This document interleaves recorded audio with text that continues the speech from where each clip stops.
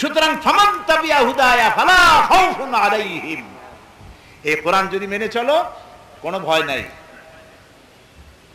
চুরি করলে হাত কাটা যাবে, জেনা করলে পাথর মারিয়া জেনার স্বাদ মিটাই দেওয়া হবে, হত্যা করলে তোমারও হত্যা করা হবে। এই আইন কার? আল্লাহ রায়। এই যে চোরের হাত কাটা আইন, আমাদের দেশের এক শ্রেণীর বুদ্ধিজীবীরা, এই বুদ্ধিজীবী মানে হলো পরজীবী, এগুলো কি পরজীবী। কিছু ভালো, সব বুদ্ধিজীবী খারাপ আমি তা বলবো না, অধিকাংশই বেকার। এরা বলে যে হাত কাটা এটা তো মহা অন্যায় কাজ, এটা তো প্রবলেম সলভ হয় না, বরং প্রবলেম আরো বাড়ে। কিরকম?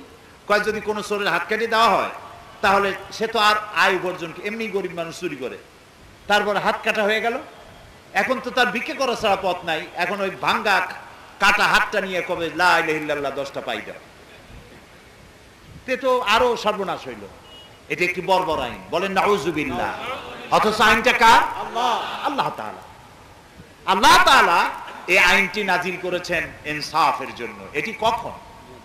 এই হাত চোরের হাত কাটা আইন মক্কা রাসূলুল্লাহর মক্কি জিন্দেগিতে নাজিল হয় নাই, এটি নাজিল হয়েছে মদিনার জীবনে। কোন সময়? যখন রাসূলুল্লাহ প্রেসিডেন্ট, রাষ্ট্রপ্রধান, প্রত্যেকটি নাগরিকের খাওয়া পড়া শিক্ষা চিকিৎসা বাসস্থানের গ্যারান্টি দেওয়া হয়েছে,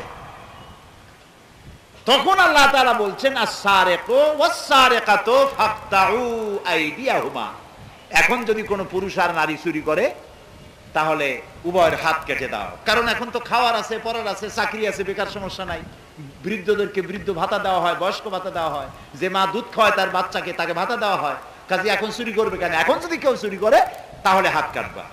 হযরত ওমর রাদিয়াল্লাহু তাআলা আনহুর জামানায় দুর্ভিক্ষ দেখা গেল মদিনায়, তিনি তখন ম্যাজিস্ট্রেট, হাকিম, বিচারক, তাদের সবাইকে ডাকলেন, ডেকে বললেন দুর্ভিক্ষ শেষ না হওয়া পর্যন্ত যদি কোনো চোর ধরা পড়ে আর যদি প্রমাণ হয় যে পেটের জ্বালায় চুরি করেছে, হাত কাটা আইন চালু করা যাবে না। তাহলে কি বুঝলেন? ইসলাম আগে দেয় পেটে, তারপরে দেয় পিঠে। খালি পেটে পিঠের উপরে কিল দেওয়ার অভ্যাস ইসলামের নাই।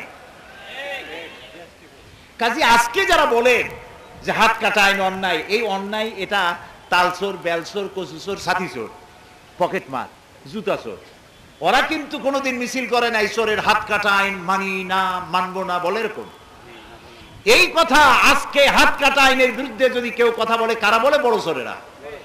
কারা বলে? এই বড় চোর কারা? এই বড় চোর হলো গভর্নমেন্টের চেয়ারে বসে, গভর্নমেন্টের কলম আর কাগজ দিয়ে যারা গভর্নমেন্টের লক্ষ কোটি কোটি যারা চোর করে, সেই বড় চোরেরা মনে করে কোরআনের এই চোরের হাত কাটা আইন চালু হলে বিসমিল্লাহ হবে আমাদের দিয়া।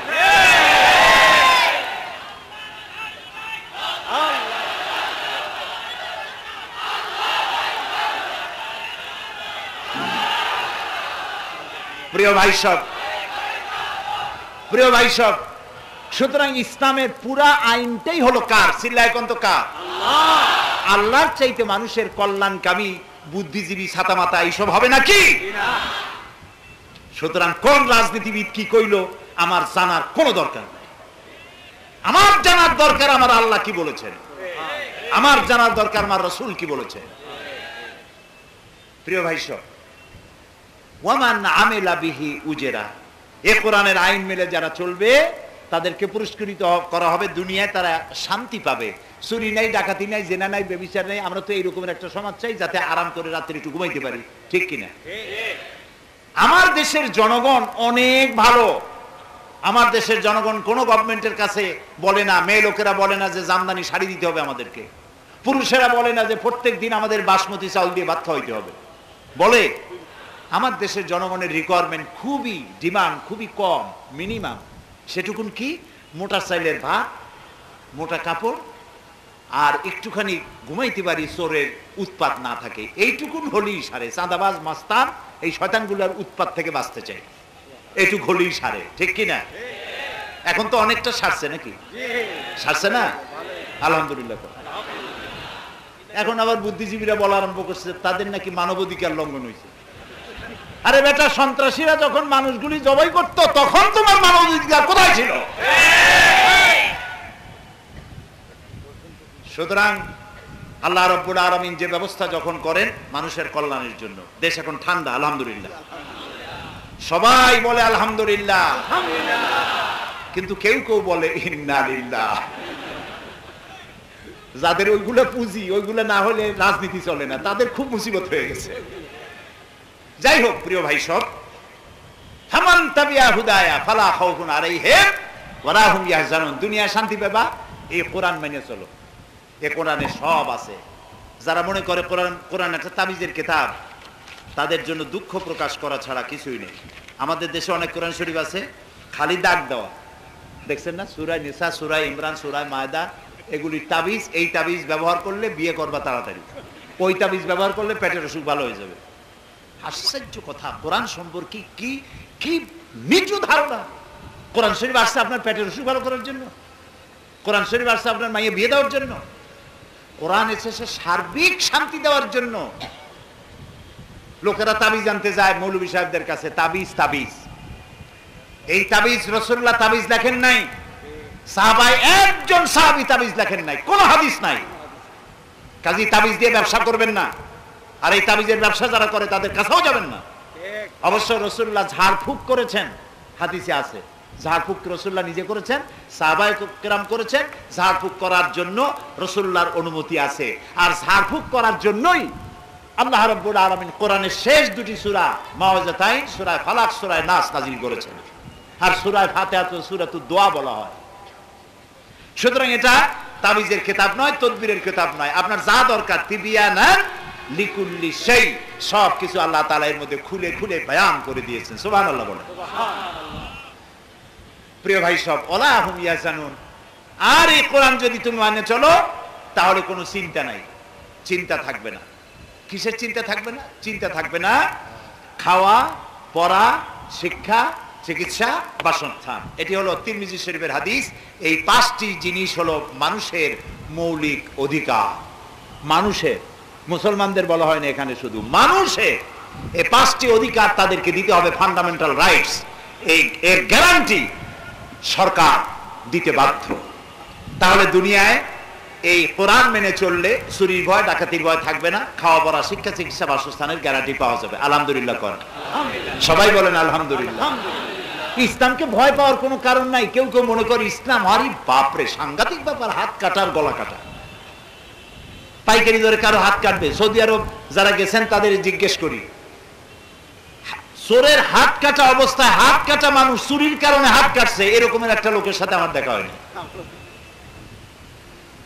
চুরি তো থাকবে না, হাত কাটবে কেন? প্রত্যেকের প্রয়োজন যদি মিটানো হয়, যার যতটুকু বেতন হওয়া উচিত, খাওয়া পড়া থাকার জন্য যা দরকার সেটুকুন যদি দেওয়া হয়, তাহলে তো চুরি আর ঘুষ বন্ধ হয়ে যায়, ঠিক কিনা?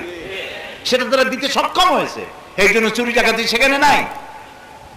প্রিয় ভাই সব, এটা গেল দুনিয়ার শান্তি। এখন চলুন আখিরাতের শান্তি কি হবে। কোরআন যারা মানবে তাদের ব্যাপারে নবীজি বলেছেন, মান ক্বারাআল কুরআনা ফাস্তাযহারাহু ফাহাল্লা হালালাহু ওয়া হাররামা হারামাহু আদখালাহুল্লাহুল জান্নাহ। নবীজি বলেছেন, যে ব্যক্তি কোরআন পড়বে আর কোরআনের হালাল আল হারামকে মেনে চলবে, হালাল যেটাকে করা হয়েছে সেটাকে মানবে, হারাম যেটাকে করা হয়েছে সেটা থেকে ফিরে থাকবে, ফাস্তাযহারাহু, আর কোরআনকে প্রতিষ্ঠা করার জন্য সে আন্দোলনে ঝাঁপিয়ে পড়বে, এরকম যেই লোক করবে, কিয়ামতের দিন আল্লাহ রাব্বুল আলামিন তাকে জান্নাত দান করবেন।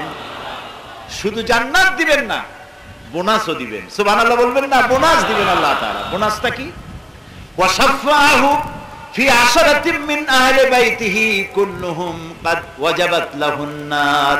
নবীজি বলেন, ওই লোকটাকে জান্নাতের অর্ডার দিয়ে আল্লাহ রাব্বুল আলামিন বলবেন, আমার বান্দা, তুমি কোরআন পড়ে কোরআন অনুযায়ী জীবন পরিচালনা করেছো, কোরআন প্রতিষ্ঠার আন্দোলনে কাজ করেছো, একা একা জান্নাতে যেও না, তোমার রক্ত সম্পর্কিত আত্মীয় স্বজনের ভিতরে 10 জন মানুষ সম্পর্কে আমার কাছে সুপারিশ করো, এমন 10 জন যাদের হিসাবের পরে জাহান্নাম ওয়াজিব হয়ে গিয়েছিল, তোমার সুপারিশ অনুযায়ী ওই 10 জন লোক তোমার সাথে আমি জান্নাত দান করে দেব।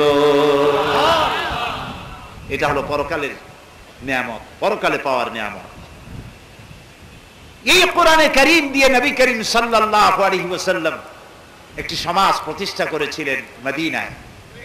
সেখানে চুরি ডাকাতি বন্ধ হলো। আপনারা লক্ষ্য করুন, রাসূলুল্লাহ যখন মক্কায় ছিলেন, কত বছর ছিলেন মক্কায়?